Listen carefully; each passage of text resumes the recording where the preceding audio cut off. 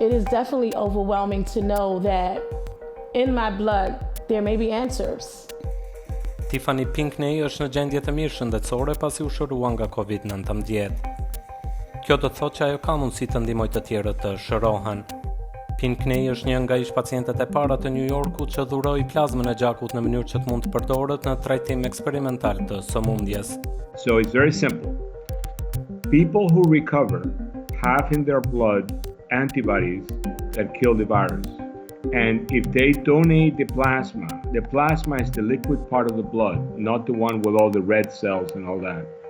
That plasma contains antibodies, and you can take that plasma and give it to another person to treat the infection or to prevent infection. Transfuzioni këtyre antitrupave te personat e sëmurë krijon atë që njihet si imunitet pasiv, I cili I ndihmon ata të luftojnë infeksionin. Kjo metodë nuk është e re për mjekësinë, por ende është e paprovuar për të luftuar koronavirusin e ri.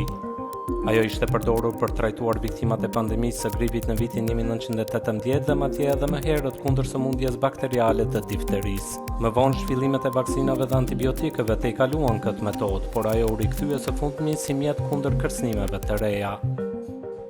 It appears to have been effective in previous epidemics. There seems to have been some good effect during the swine flu, the H1N1 epidemic of 2008-2009. Por studiuesit thonë se ka ende shumë për të mësuar rreth koronavirusit të ri dhe si ta lufton atë në mënyrë efektive. Plasma has a good track record in the past, but coronavirus is a new disease. So we're going to have to learn how to use it. And even though it is encouraging, and even some of the early reports are positive, I think that we need to be rigorous in our thinking and to test this appropriately with clinical trials. Në spitalin Mount Sinai në New York, 35 pacientë kanë pranuar plazmën nga donatorët si pjesë e një studimi klinik. We're tracking them incredibly carefully for their clinical progress and other data that we use to monitor, and hopefully in about 2 weeks we will be able to tell you and the world what we're finding so far. For example, can they be reinfected or not? How long will they remain immune?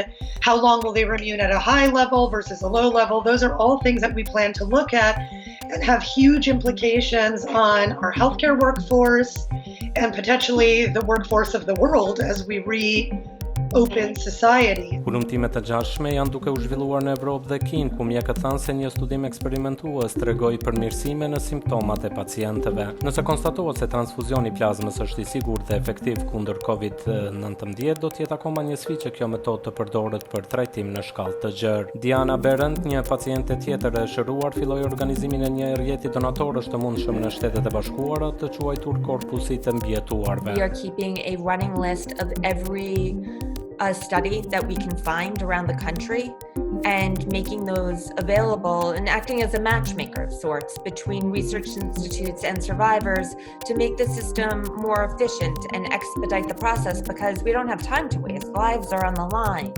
Shkencëtarët presin që studimi mbi transfuzionin e plazmës të përparojë paralelisht me zhvillimin e ilaçeve dhe përfundimisht një vaksinë. Me kalimin e kohës, imuniteti pasiv mund të bëhet një mjet tjetër në luftën globale kundër pandemisë.